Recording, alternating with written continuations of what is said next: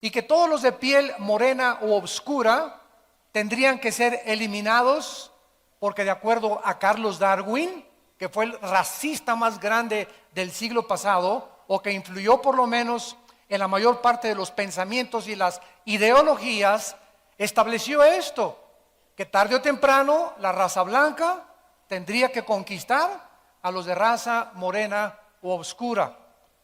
Este hombre, Friedrich Nietzsche, acentuó en uno de sus libros que el perdón, la humildad y la mansedumbre eran virtudes de los hombres débiles, que no se podía dentro del ateísmo tolerar estas virtudes porque Jesucristo había perdido la batalla al dejarse haber crucificado.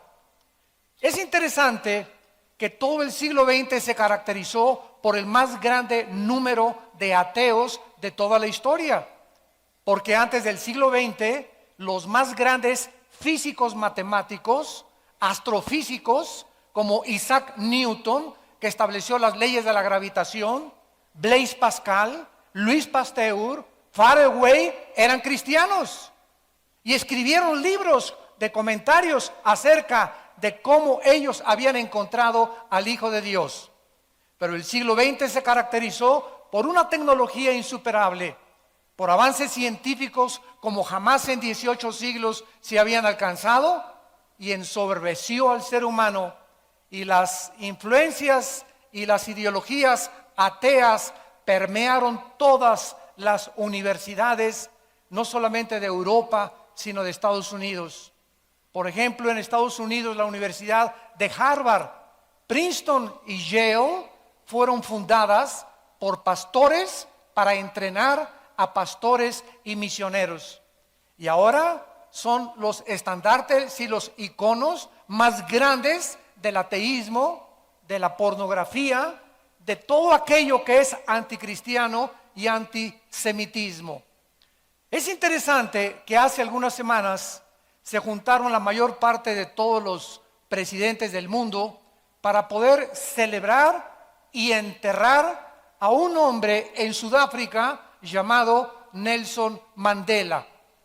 ¿Qué fue lo que caracterizó a este hombre, que es el único del siglo XX que ha destacado? Desde tiempos de Abraham Lincoln, de Winston Churchill y de los grandes políticos y estadistas, nunca había habido un hombre que hubiera impactado tanto al mundo, porque este hombre aprendió la virtud que Jesucristo nos vino a enseñar, que fue perdonar, que es el testimonio que ustedes acaban de escuchar. Lo contrario, la antítesis de las tesis de Nietzsche son las que encontramos en la Biblia. Y todos nosotros tenemos como seres humanos la oportunidad de poder escoger en la vida amargarnos, guardar el resentimiento, odiar o simplemente perdonar y dejar libres a las personas que nos han lastimado y que nos han hecho daño. Y esto es lo que Jesucristo nos vino a enseñar cuando en una cruz, antes de morir, después de haber sanado, echado demonios, habiendo hecho tantos bienes a la humanidad, moría solo, abandonado en la cruz, con su madre, 2 mujeres y un solo apóstol, Juan, diciendo antes de morir: Padre, perdónalos, porque no saben lo que están haciendo. Este es el testimonio del hombre más grande de toda la historia. Es tan grande el impacto de Cristo que dividió la historia. Hace algunos meses tuve un debate en una radiofusora con un ateo, y este hombre se atrevió inclusive a decir y afirmar: es que ni siquiera Cristo apareció en la historia, es algo que inventaron los cristianos. Yo le pregunté a este ateo: perdón, ¿qué día es hoy? Y me contestó: estamos a 2 de mayo de 1999. Y le contesté: ¿desde cuándo estamos contando 1999? Y comenzó a dar de vueltas con su cabeza y dijo, casi tosiendo y de una forma avergonzada, casi rojo: desde que Cristo nació. Entonces le dije, ¿cómo es posible que usted, sabiendo que la misma historia se cuenta antes y después de Cristo, pueda usted atreverse a negar la existencia de este hombre que dividió la historia? Ni Buda, ni Mahoma, ni Hare Krishna, ni Zoroastro, ni ningún líder que usted me pueda mencionar ha impactado a la humanidad como el Hijo de Dios. Además, es tan grande la vida de Cristo que no solamente dividió la historia, damas y caballeros, sino que ahorita, en esta época que estamos viviendo, que se llama la natividad, natividad porque viene del latín de nacer, estamos celebrando el nacimiento del Hijo de Dios. Y aunque sabemos los cristianos que Cristo no nació el 24 de diciembre, Cristo nació en el mes de Tishri, que corresponde al mes de septiembre de nuestro calendario solar. Pero aun cuando no haya nacido el 24, se aprovecha para poder dar testimonio, donde comienza un espíritu de melancolía entre todos los seres del mundo, de este planeta, y comenzamos a ofrecernos regalos. ¿De dónde viene esta inspiración? De comenzar ahora a sentir regalarnos algo. De tal manera amó Dios al mundo que dio a su Hijo unigénito. El regalo más grande que Dios nos ha dado fue Jesucristo.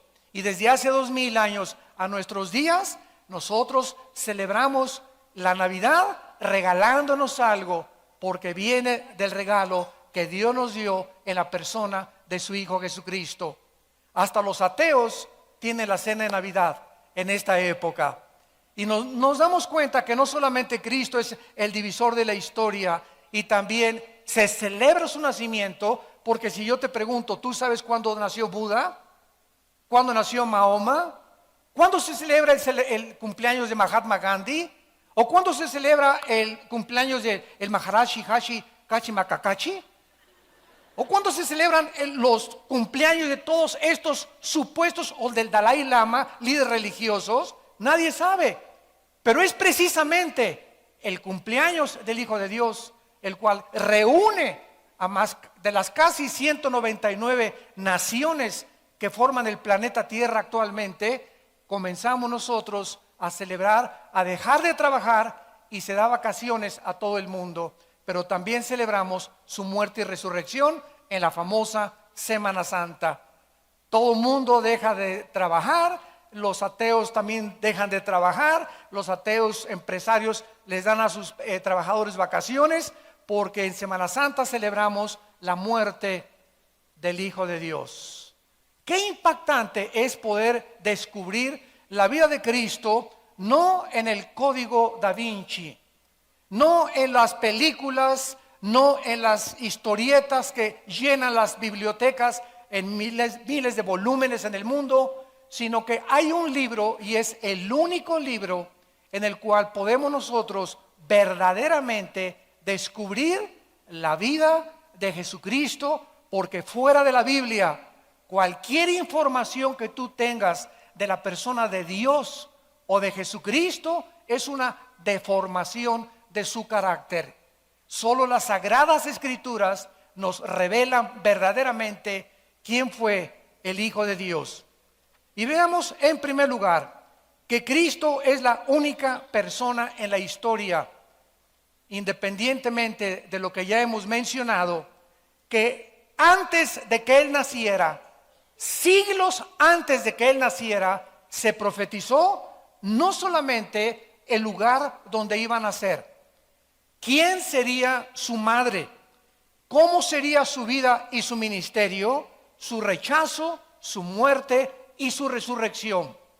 Hace algunos años murió también un gran ateo, astrónomo, astrofísico llamado Carlos Sagan.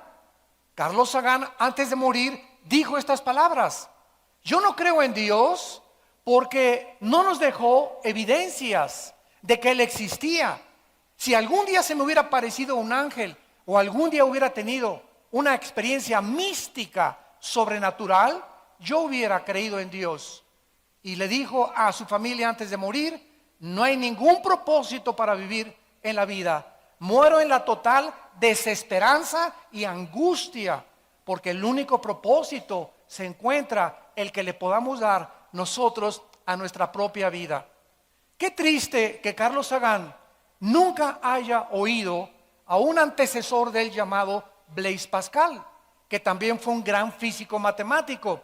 Un día, teniendo un debate con un ateo, Blaise Pascal le comenzó a tratar de dar evidencias al ateo de que Dios existía. Y Blaise Pascal le dijo: el diseño y el orden del universo cuentan la gloria y la obra de un ser sobrenatural. El universo está perfectamente bien afinado. La rotación de la Tierra sobre su eje de 23 grados y medio, las vueltas de la Tierra alrededor del Sol, las órbitas elípticas y las órbitas de los planetas, y quién está deteniendo que se estrellen galaxias contra otras galaxias, que de acuerdo a Newton es la ley de la gravitación que existe en el universo. El ateo le dijo: mira, todas estas cosas tú las puedes creer, pero yo no las creo. Entonces Blaise Pascal decidió hacer en su estudio, en su casa, un modelo a escala del universo. Entonces colgó el Sol y la Luna y Mercurio y Venus. Así era maravillosa la forma como Blaise Pascal hizo el modelo del universo en el estudio de su casa, e invitó al ateo a comer.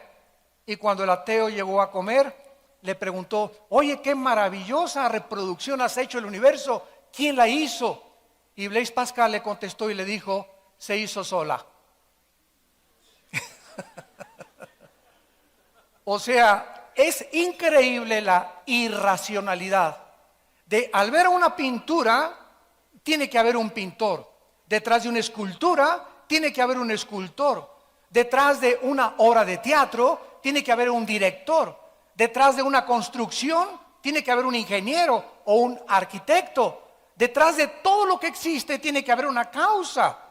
Es imposible filosófica y racionalmente llegar a concluir Dios no existe porque no hay evidencias de su existencia, cuando estamos rodeados de un universo que nos muestra la obra de un supremo creador y legislador de la moral. En el libro de Miqueas, en el Antiguo Testamento, 700 años antes de que Cristo naciera, 700 años, damas y caballeros, antes de que Cristo naciera, si alguien está buscando evidencias, si no te basta el orden y el diseño inteligente del universo para que dé testimonio en tu conciencia la existencia de un Dios, veamos las evidencias de la Biblia. Ese libro que tus maestros y muchos directores de universidad yo he tenido que enfrentar, que les han enseñado a los alumnos por ser ateos, que la Biblia es un libro que está alterado, que es un libro que tiene muchos errores, que son puros mitos y leyendas. Y cuando les pregunto a estos ateos de dónde sacaron esas conclusiones, siempre te van a contestar: alguien me lo sugirió o alguien me lo dijo. Nunca ellos han venido por su propia voluntad a escudriñar y a decirle a Dios: si existes, quiero comenzar a leer la Biblia y con una mente despejada y honesta examinar, oh Dios, si las evidencias que este libro me dan, que tú eres una persona real y que quieres tener contacto conmigo, yo me caigo de rodillas y te entregaré mi vida.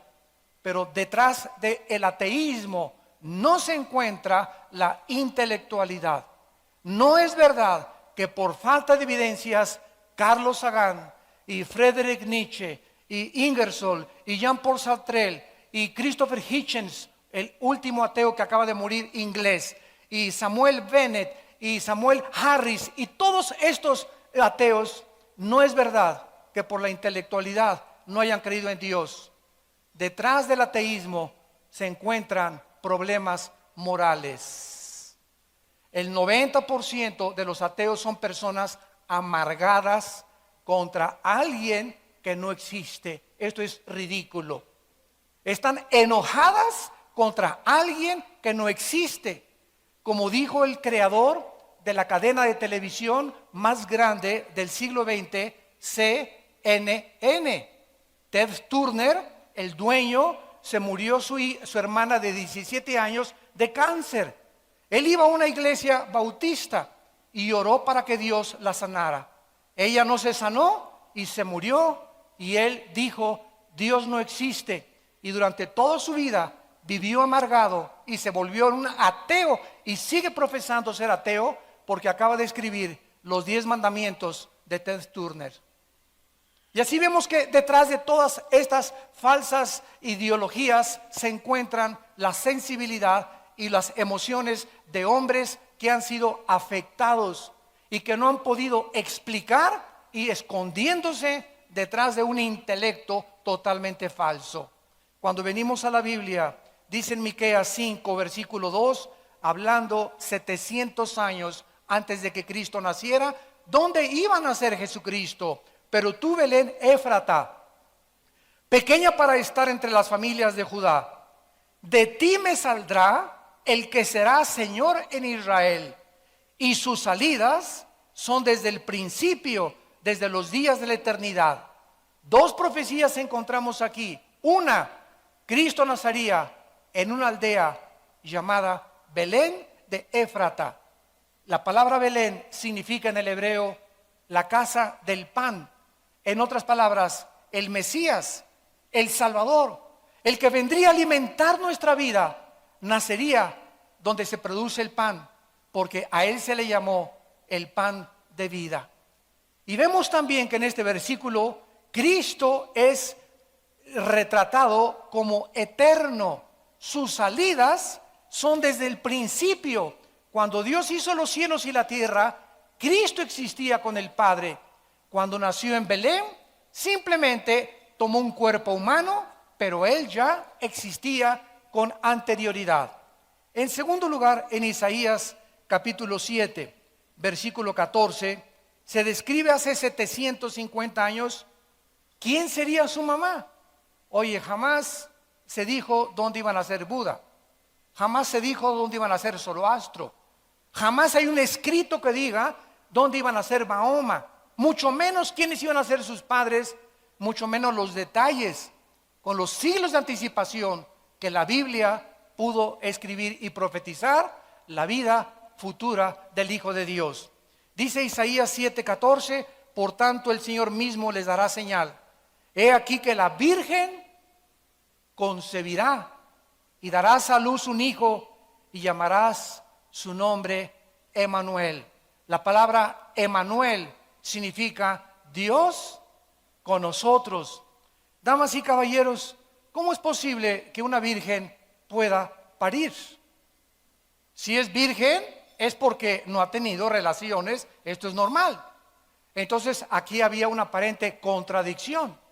¿Cómo puede una virgen ser embarazada? En ese momento ya no es virgen. Entonces aquí está diciendo que la virgen iba a parir a un niño. Cuando nosotros estudiamos la genética, descubrimos que en 1860 Gregorio Mendel por primera vez descubre las leyes de la herencia. No fue hasta 1954, años después, que el doctor Crick descubre en Estados Unidos, él comienza a descifrar el ADN, el código genético que tenemos en cada una de las billones de células de nuestro cuerpo. En otras palabras, para los que no tengan mucha información, tenemos billones de células. Simplemente en el cerebro tenemos más de 25,000 millones de neuronas. Para que nos demos una ligera idea de la creación de Dios, en cada una de las billones de células que forman el cuerpo humano se encuentra un software, se encuentra un disco, se encuentra una información codificada. Y en cada célula de nuestro cuerpo, en el ADN, se encuentra toda la información de cómo eres tú y de cómo soy yo. El color de pelo, la estatura, color de piel, tu hígado, tu estómago, todo está codificado ahí dentro de cada una de las células. La Biblia dice que todos nosotros, Romanos 5:12, fuimos infectados desde hace 2000 años por una enfermedad que William Shakespeare le llamó el defecto trágico. Carlos Marx le llamó la lucha de clases. Sigmund Freud, el medio ambiente y la sexualidad infantil. La Biblia le llama pecado. Este pecado, esta maldad con la cual tú y con la cual yo nacimos, viene de herencia. Pero hasta 1860 que se descubren las leyes de la herencia, comenzamos a entender de qué forma hemos heredado el color de ojos, la cicatriz de tu abuelita, las orejas de papalote de tu abuelo, la nariz de guacamaya africana de tu abuelita, etcétera, etcétera. Comenzamos a entender que hay algo que se transmite de generación en generación. Bueno, la Biblia nos dice que somos espíritu, que somos alma y vivimos dentro de un cuerpo. Somos espíritu, tenemos un alma, vivimos dentro de un cuerpo. Si nosotros hemos heredado características físicas y hasta emocionales, porque muchos dicen tiene el carácter de la abuela, tiene el carácter del papá, hemos heredado cualidades físicas y emocionales. La Biblia dice que si somos espíritu, hemos heredado también algo espiritual que ningún libro en los billones de volúmenes de literatura que existen en las bibliotecas, ningún libro más que la Biblia nos revela que el ser humano nació infectado con una enfermedad espiritual que se llama pecado. ¿Qué es el pecado? Esa maldad que un niño de un año y medio comienza a manifestar cuando se convierte en el dictador más grande de su casa. Cuando un niño de 2 años no lo enseñas a hacer berrinches, lo enseñamos a portarse bien, pero a nadie le enseña a nadie portarse mal, porque la maldad nació con nosotros en el corazón. Entonces, esta maravillosa revelación de la Biblia nos muestra que cuando María y José estaban comprometidos, no podían los dos tener relaciones sexuales, independientemente de porque no estaban casados. Si José, escúchenme con mucha atención, esto fue escrito hace 2000 años, señores médicos y genetistas. Si José hubiera tenido relaciones sexuales con María, Cristo no hubiera podido nacer sin pecado. Y Dios tenía que tomar un cuerpo humano, pero al mismo tiempo identificarse con la raza humana, porque el pecado está en nosotros, pero al mismo tiempo Dios tenía que ser Dios en la carne. ¿Qué sucedió cuando nació María y José? Que Dios cambió completamente la genética de los seres humanos. Dice el Evangelio de Mateo, capítulo 1, versículo 18. El nacimiento de Jesucristo fue así. Estando desposada María, su madre, con José, desposados, o sea, estaban comprometidos, no se habían casado. Antes que se juntaran, se halló que había concebido del Espíritu Santo. En otras palabras, la genética nos enseña que el varón tiene 2 cromosomas, una Y, otra X. La mujer tiene 2 cromosomas XX. Cuando el óvulo de mi mamá fue penetrado por el esperma de mi padre, el esperma que penetró el óvulo de mi madre fue el Y, porque el cromosoma Y es el que determina el género masculino. Tú eres hombre porque el óvulo de tu madre fue ovulado por un esperma Y. Cuando entra un esperma X, nace mujer. Entonces, desde Adán a nuestros días, el cromosoma Y de los hombres lo traemos infectado con el pecado. Entonces, si José hubiera tenido relaciones con María, la hubiera infectado a través del cromosoma Y. ¿Qué hizo Dios? José, hazte a un lado. Un ángel se le revela a María. María se asusta. ¿Cómo es posible que yo pueda embarazarme si no conozco varón? Y además, en toda la colonia de Tlalnepantla me van a comenzar a corretear y a decirme, adúltera, ¿verdad? Tuviste relaciones antes de casarte. Y el ángel le comunica a María y le dice, María, no tengas miedo, porque el santo ser que va a nacer dentro de tu matriz será llamado Hijo de Dios, Hijo del Altísimo. José no va a tener nada que ver en este nacimiento para que él pueda nacer sin pecado, porque se necesita alguien sin pecado que pague por los pecados de los seres humanos en una cruz. José también se espantó, y entonces cuando él comienza a darse cuenta que le comienza a crecer la pancita a María, imagínense nada más qué decepción de un hombre, ¿verdad? Oye, tú y yo no tenemos nada que ver, ni siquiera te he dado besos, y de repente ya estás embarazada. Un ángel se le aparece a José también y le dice a José, no tengas miedo de recibir a tu mujer, porque nadie la ha embarazado, la embarazó el Espíritu de Dios. Esto es maravilloso cuando la genética hace algunos siglos comenzó a ser descubierta, y nos comenzamos a maravillar y a decir, la Biblia tenía razón. Hechos científicos, químicos, arqueológicos, antropológicos, psicológicos, físicos, matemáticos, biológicos, que apenas han comenzado a descubrirse. La Biblia es más antigua y más moderna que el periódico de mañana en la mañana. Esta inspiración de la Biblia, estas profecías nos hablan que el autor no pudo ser el ser humano.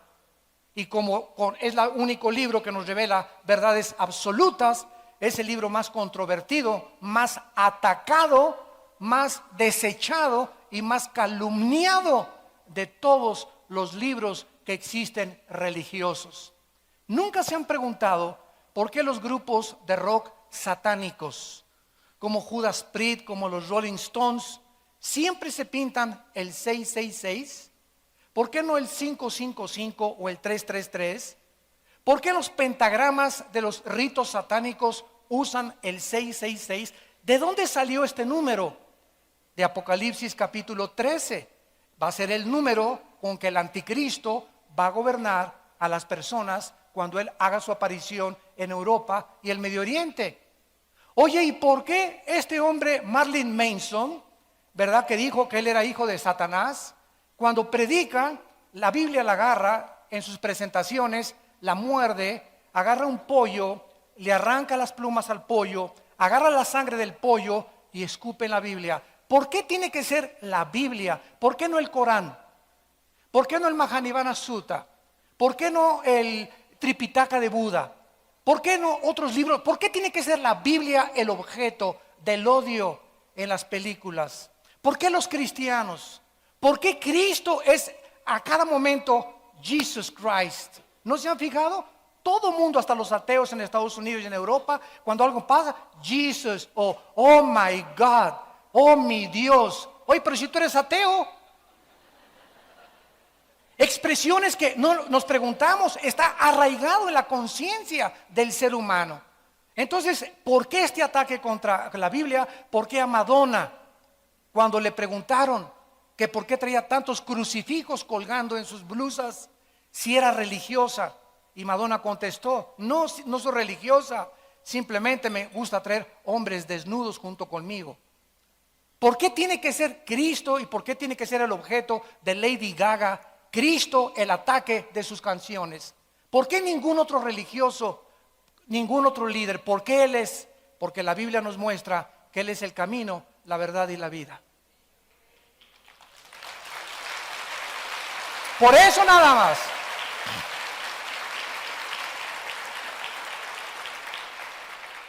Cristo entra al mundo sobrenaturalmente. a través del nacimiento de una virgen. Vemos también que al comenzar a crecer Cristo a los 12 años, Lucas capítulo 2, asombra a los sabios y teólogos de su época. Esto hace a un lado la supuesta mitología de que Cristo aprendió su sabiduría de los esenios o de los egipcios. Él a los 12 años ya comienza a confundir la sabiduría de los seres humanos. Cristo hasta los 30 años trabaja como carpintero con su padre José. Y exactamente a los 30 años de edad, esto es maravilloso también, vamos a ver por qué a los 30. A los 30 años de edad, Cristo llega al río Jordán. Y su primo hermano, hijo de Elizabeth, la media hermana de la Virgen María, estaba bautizando, porque 6 meses antes de que Cristo hiciera su aparición al mundo, Juan el Bautista fue enviado para preparar el camino de su primo hermano Jesucristo. Entonces, al estar bautizando Juan el Bautista en el río Jordán, Cristo se acerca y le dice a Juan: bautízame. Juan le dice: ¿cómo es posible? Pero si lo reconoce inmediatamente, tú eres el Mesías. ¿Cómo te voy a bautizar si no hay pecado en ti? Cristo le contesta: hazlo para que toda justicia se pueda cumplir. En otras palabras, la muerte de Cristo no solamente era para pagar nuestros pecados, sino que la vida de Cristo tenía que ser una vida justa también. Fue su justicia y su muerte en la cruz las dos cosas necesarias para que tú y yo fuéramos perdonados de nuestros pecados. En el Antiguo Testamento, cuando los familiares de alguna persona que pecaba traían un cordero al sacerdote, el sacerdote examinaba el cordero, examinaba el chivo, examinaba el becerro, y no tenía que tener defecto. El sacrificio no podía tener la pata quebrada, ni manco, ni tuerto, ni con lepra, ni con sarna. Tenía que ser limpio. Y cuando el sacerdote lo examinaba, lo ponían en el altar y lo sacrificaban para cubrir los pecados, no para perdonar los pecados. Cuando Cristo llega a la cruz, tenía que ser examinado por su Padre. Y al llegar a la cruz, Él tenía que ser el sacrificio limpio, sin defecto, sin pecado, porque Dios es un Dios santo y justo, y Él odia y abomina el pecado en nuestras vidas. Entonces Cristo tenía que llegar a la cruz con una justicia absolutamente impecable. Juan el Bautista, al bautizar a Cristo, levanta el dedo y enfrente de toda la gente dice estas palabras: he aquí el Cordero de Dios que quita el pecado del mundo. Todos estos judíos inmediatamente voltearon sus ojos hacia la Torá, hacia el Antiguo Testamento, donde el Cordero era, y no entendían el símbolo de aquel Cordero perfecto de Dios que limpiaría con su sangre nuestros pecados. Entonces Cristo es presentado al mundo por su primo Juan el Bautista como el Cordero de Dios. Cristo sale del río Jordán y comienza a reclutar a 12 hombres. 12 hombres para desayunar con ellos, comer con ellos, cenar con ellos y viajar con ellos. Y en 3 años y medio transmitirles a ellos los secretos del mundo espiritual que los apóstoles, cuando muere Cristo y asciende al cielo, escriben la Biblia, el Nuevo Testamento, y nos dejan el Nuevo Testamento escrito por los apóstoles que vivieron con Cristo desde el bautismo hasta su ascensión, como una regla, como un parámetro para que supiéramos nosotros cómo ser esposo, cómo educar a nuestros hijos, cómo administrar mi empresa, cómo controlar mis finanzas, cómo gobernar civilmente, cómo ser presidente, cómo ser gobernador. Aquí se encuentra en la Biblia los secretos de la vida espiritual. Y si tú eres una persona que tienes un doctorado en ciencias políticas, o eres un gran político, o eres un gran empresario como Ted Turner, que has subido al éxito del dinero y de la fama y no tienes a Cristo en tu vida, dice la Biblia, eres una pobre criatura, desventurada, ciega y desnuda delante de Dios. Naciste en las tinieblas, nunca conociste las tinieblas y regresarás a las tinieblas, y cuando te entierren ni tu perro te va a ladrar. Qué triste es cuando nosotros creemos que en la corta vida que tenemos, 50, 60, 70, los más robustos, 80, 85 años de edad, qué triste es pasar por la vida y lo único que anhelaste fue hacer dinero, hacerte un hombre, que la gente te aplaudiera, te reconociera. ¿Por qué reconoció el mundo a Nelson Mandela? No solamente este hombre perdonó, sino que todos los grandes psicólogos han coincidido, de acuerdo a la Asociación de Psiquiatría Americana en Los Ángeles, esto me impactó muchísimo, han reconocido que este hombre ha sido de los hombres más humildes del siglo XX. ¿Qué pasó con este hombre que con esa humildad y ese perdón hizo reunir a todo el mundo alrededor de su muerte? Cuando estuvo en la cárcel, los 27 años que Nelson Mandela estuvo en la cárcel, un hijo de un guardia de la prisión le comenzó a Mandela a leer la Biblia. Y todos los días le leía un salmo de los salmos de David. Y cuando Mandela comenzó a estudiar la vida de Jesucristo, él comenzó a descubrir que la grandeza del humano no se encontraba en que nos sirvieran, sino en que aquel que dijo, he venido para servirlos, y el mayor entre ustedes no es el que es servido, sino el que sirve a los demás. Virtudes que chocan con el carácter del ser humano en el siglo XXI. Ahora todos los seres humanos, ¿verdad? Queremos, a ver, tráeme esto, y por acá, y por allá, y traer guaruras, y traer por acá, y que la gente, y siempre que tienes gente a tu alrededor te sientes grande, manejas así ni volteas a ver en tu Lamborghini, ¿verdad?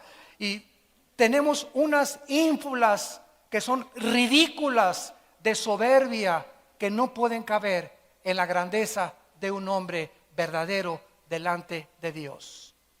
Y gracias a Dios tal vez ha sido uno de los últimos hombres que han personificado la humildad y el perdón, para que aprendamos cómo el mismo mundo que se levantó en el ateísmo en el siglo XX se inclina y reconoce y honra a los que perdonan y a los que son humildes de corazón, porque esa honra viene del cielo y no de los hombres. Finalmente, Cristo demuestra su poder mientras está en este planeta, contra los vientos, el agua y el mar, contra las enfermedades, contra los demonios, contra la vida y contra la muerte. Levanta a Lázaro de entre los muertos, un hombre que tenía 3 días de muerto ya, hedía, apestaba Lázaro ya.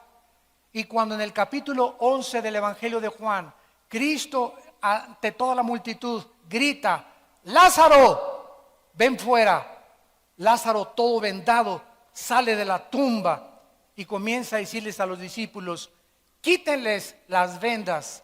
Ese día que los fariseos vieron el milagro en el capítulo 11 del Evangelio de Juan, el mismo día que él resucita a Lázaro, planean asesinarlo, demostrándonos la Biblia que los milagros, escúcheme con mucha atención, los milagros a nadie van a convertir, porque la fe no es por el ver, la fe es por el oír la palabra de Dios.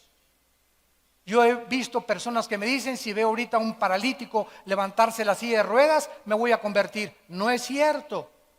Tus emociones van a ser alteradas, le contesto. Te vas a sorprender, vas a decir esto, realmente si esto es sobrenatural, Dios existe. ¿Y cuánto tiempo te va a durar esas emociones? ¿Cuánto tiempo te vas a maravillar? A los 3, 4 días vas a seguir en tu misma vida. Pero la palabra de Dios, la Biblia, que fue escogida por el Espíritu Santo para transformar nuestra vida interior, al entrar a tu espíritu, ella es la que te hace nacer de nuevo, no los milagros. Y Dios sigue haciendo milagros y gracias a Dios por los milagros. Pero cuídense cuando ustedes siguen a los milagreros o a los supuestos sanadores para creer y confirmar que su fe va a ser fortalecida. Porque la fe es fortalecida por la palabra de Dios. Es por el oír y no por ver. No es por vista ni por lo que experimentemos místicamente, sino por lo que la palabra de Dios dice claramente. Finalmente Cristo llega a la antesala de la muerte. Los que tengan su Biblia en Mateo capítulo 26, encontramos el huerto de Getsemaní. Cristo llega al huerto de Getsemaní, la antesala de su muerte. ¿Qué pasa en el huerto de Getsemaní? ¿Qué sucedió en el huerto de Getsemaní tan profundamente espiritual que hasta la fecha, 2000 años después, muy pocos teólogos han podido ponerse de acuerdo en el fenómeno que se llevó a cabo en el huerto de Getsemaní? Cristo se encuentra la víspera de su muerte.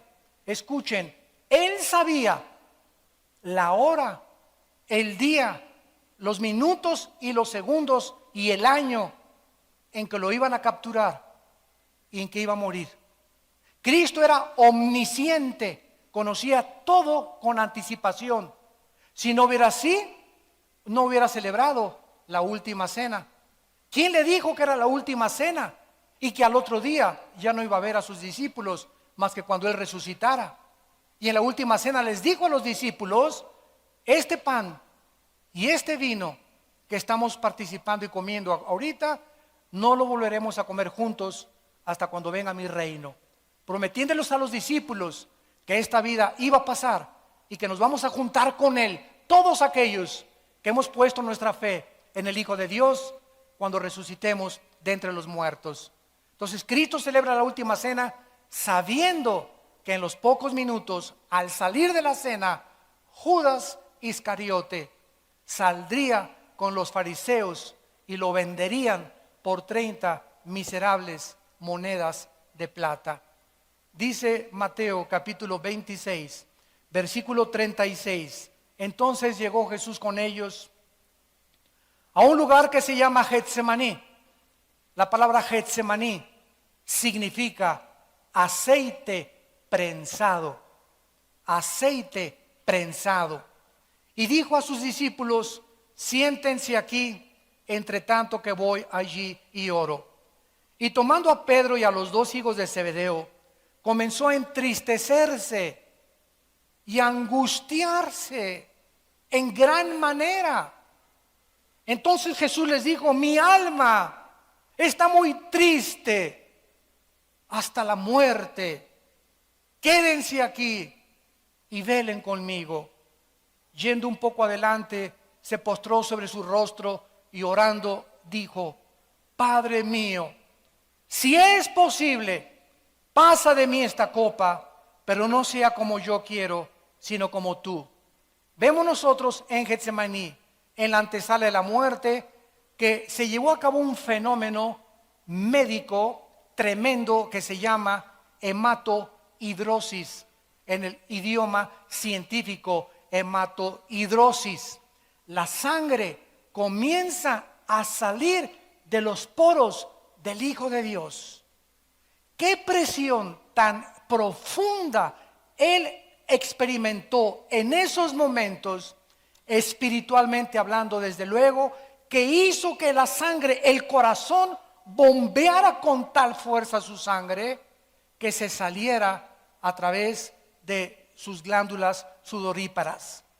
El páncreas, de acuerdo a los médicos, promueve el aumento de las lisoginasas que se derraman en el torrente sanguíneo, diluyendo el cemento endotelial que produce el paso de la sangre a través de los capilares cuando se mezcla con el sudor. Es el sangrado hacia las glándulas sudoríparas. Aquí se establece, damas y caballeros, el principio más grande del Evangelio de Jesucristo. Padre, le dice Jesús a su Padre celestial, no hay una manera diferente en la que los hombres sean salvados? ¿No les podrías decir cada quien siga su propia religión porque todas las religiones conducen a Dios, como dijo el gurú? ¿No es posible que cada quien se porte bien y al final todos nos vemos contigo, Padre Santo, al cambio que tú eres bueno y misericordioso? ¿No hay manera que mejor mandes a un arcángel o que te les aparezcas y les digas "bú" en la noche? Se van a condenar, hay un infierno, arrepiéntanse. No hay otra manera. Y la respuesta en el cielo fue N-O, no. Sin derramamiento de sangre, Hebreos 9:22, no hay remisión de pecados. ¿Por qué? Porque antes de que se descubriera, escuchen esto, otro aspecto científico de la Biblia, antes de que se descubriera la circulación de la sangre, la Biblia en Levítico 17:11, hace aproximadamente 3500 años, decía estas palabras: la vida de la carne está en la sangre. Y la palabra vida en el hebreo es nepej, que se tradujo alma. La vida del cuerpo está en el alma. El alma se encuentra en la sangre. El alma tuya y mi alma se encuentra en la sangre. Es la sangre que Cristo derramó en la cruz. ¿Qué fue lo que Cristo derramó en la cruz? Su sangre. ¿Qué Cristo derramó en la cruz? Su vida, porque su vida estaba en la sangre. No podía haber una gota de sangre en el cuerpo de Cristo en la cruz. Tenía su vida que ser completamente vaciada. Cuando el centurión le atraviesa el costado a Cristo, dice el apóstol Juan, salió una gota de agua mezclada con sangre. De acuerdo a la cardiología moderna, los cardiólogos están de acuerdo en que él sufrió una rotura del pericardio.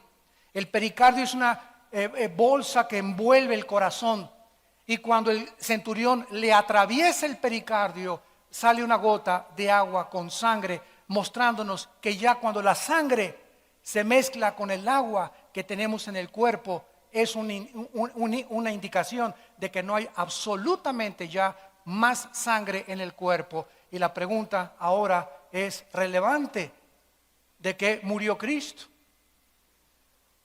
A todos los teólogos y también por la televisión les hacemos la pregunta: ¿de qué murió Cristo? Me van a contestar: de asfixia. No, no murió de asfixia. Todos los crucificados, los romanos les golpeaban las rodillas para que se colgara el diafragma y murieran asfixiados, ayudándolos a morir más rápido. Pero a Cristo, cuando el centurión se acercó para romperle las piernas, estaba escrito en Éxodo que no le iban a romper ningún hueso. Entonces Cristo ya estaba muerto, pero el centurión, para asegurarse, le atravesó, dijo: por si las flies, ¿verdad? Le atravesamos el costado y vemos a ver si está muerto.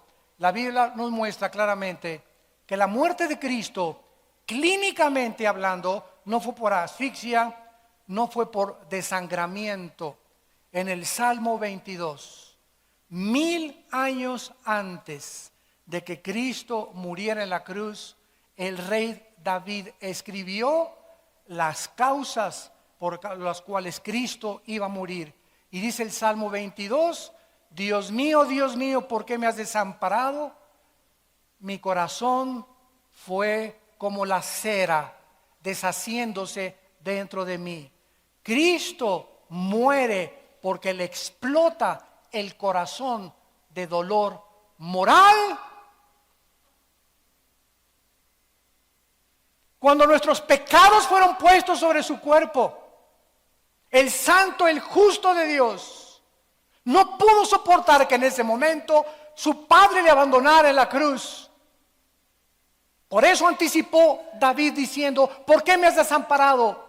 Y Cristo gritó: lama, lama sabactani, que en arameo significa ¿por qué me has desamparado? Algo misterioso pasó en la cruz. El Padre Santo se separa del Hijo cuando nuestros pecados son puestos en el Hijo. Y esos instantes, esos segundos de separación entre el Hijo y el Padre fue lo que hizo a Cristo exclamar en Getsemaní: oh Dios, por favor, si hay otra manera, pasa de mí esta copa. Él no tenía miedo a los clavos, no tenía miedo a los látigos romanos, no tenía miedo a la crucifixión y a las espinas de su cabeza. Lo que a Cristo lo angustió es que nunca en la eternidad antes había sido separado de su Padre. ¿Y qué es el infierno? El infierno es la eterna separación de Dios. ¿Por qué tú vives un infierno actualmente? Porque vives lejos de Dios. ¿Por qué vives estresado? ¿Por qué vives angustiado? ¿Por qué vives con tanto rencor, con tanta amargura? Porque Dios no está en tu vida ni en tu corazón.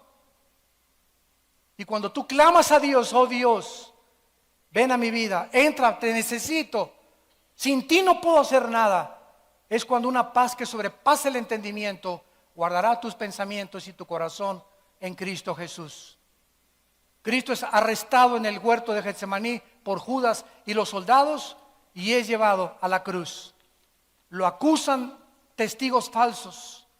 Actualmente le llaman revolucionario a Cristo.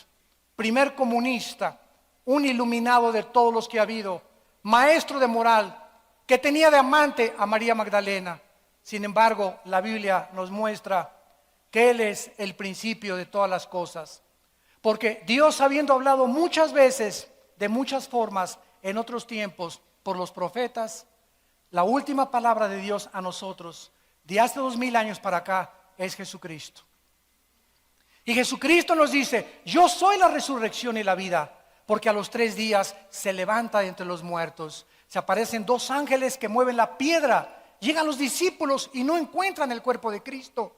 Si tú vas ahorita, ahí está la tumba de Buda y la puedes visitar. Puedes visitar la tumba de Mahoma, puedes visitar la tumba de Mahatma Gandhi, de Nelson Mandela, de un papa, de una virgen, del que tú quieras. Pero la tumba de Cristo está vacía.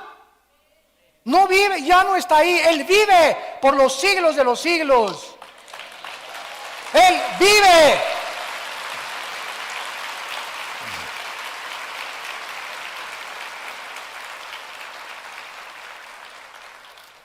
¿Quién era Jesucristo? Él mismo lo dijo estando en vida. Juan 5, versículo 21 en adelante. Porque como el Padre levanta a los muertos y les da vida, así también el Hijo a los que quiere da vida. Porque el Padre a nadie juzga, todo el juicio lo dio al Hijo. De cierto les digo, viene la hora, dice Jesús, cuando todos los muertos oirán la voz del Hijo de Dios. Y los que la oyeren vivirán. Porque así como el Padre tiene vida en sí mismo, así también ha dado al Hijo el tener vida en sí mismo. El que honra al Padre honra al Hijo, y el que honra al Hijo honra al Padre que le envió. Cristo nos está diciendo que nadie puede conocer a Dios si antes no viene a Él. De nada te sirve que te vayas a Chapultepec a hacer yoga y meditación trascendental, ni budismo zen, ni que te metas un hongos alucinantes de María Sabina allá en Peyote, en Oaxaca, o drogas alucinógenas, o que te concentres y que tengas visiones. No hay manera de conectarse con la divinidad más que a través de la persona de su Hijo Jesucristo, porque a Él escogió el Padre y a Él designó el Padre para que Él fuera el camino hacia Dios. Jesús dijo: yo soy el camino, la verdad y la vida. Si tú no estás en un camino que es Cristo, vas en un camino que conduce a la muerte.